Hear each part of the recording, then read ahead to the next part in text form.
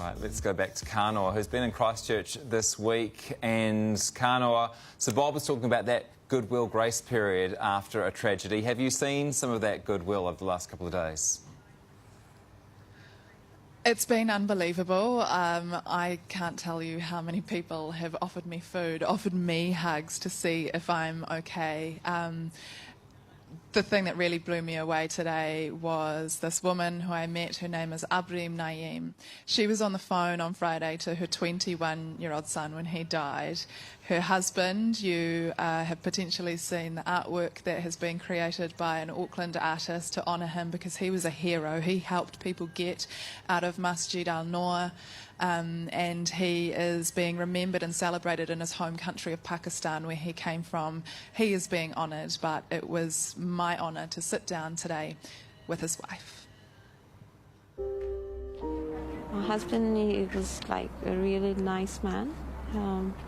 We got married in 1996, and like just after 9 months we had our first son, and that was the happiest time of our life. What do you think inspired him to become a hero on Friday? I know that he was a very brave man, very helpful, very loving. So love can make you do that. What he did, he tried to save people's lives because he was loving. Can you tell us your favourite thing about your son? Right from the childhood, he was a very caring person. He was such an inspiration for our children. And we tell our children to be like Talha. My husband and son, they gave up their lives to save other people. And this is what Allah wants from us. It's a religion of peace and love. Apart from your faith, what keeps you strong at the moment? I think that's the only thing. That's the main thing. I feel like sad and sad for that terrorist.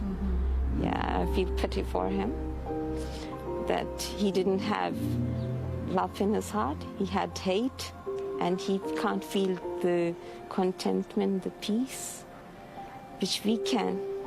What happens now with funeral preparations? Are they underway? They are saying that they are doing as fast as possible, but I don't know about that. But they had told us that the deadline would be Wednesday, but we still haven't heard anything from them. And I definitely want to see my son and my husband. Yeah. Will you go back to a masjid, to a mosque soon?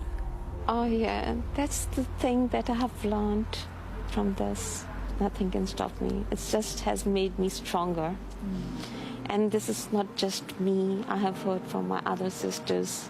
It has just made us stronger. You are one of the most inspiring people I've ever met.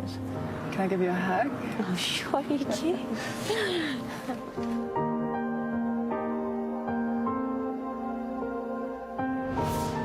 Oh, what an amazing woman. As you say, there's strength there, but I also notice a calmness, almost a positivity. Is her faith part of that, part of her recovery? Did you get a sense of that? A huge part of it.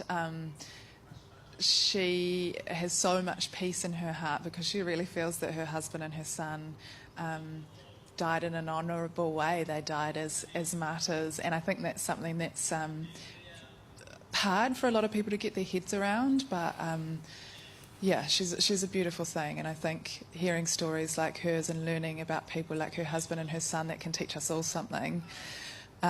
She also told me today that, practically speaking, her son and her husband, they were the people who drove her younger son and picked him up from school, and that is one of her goals. That is one of the things that she wants to work towards. She wants to learn how to drive for the first time here in New Zealand. You're so right, Kanoa. She is the very definition of a wahine toa. We will catch up with you again shortly.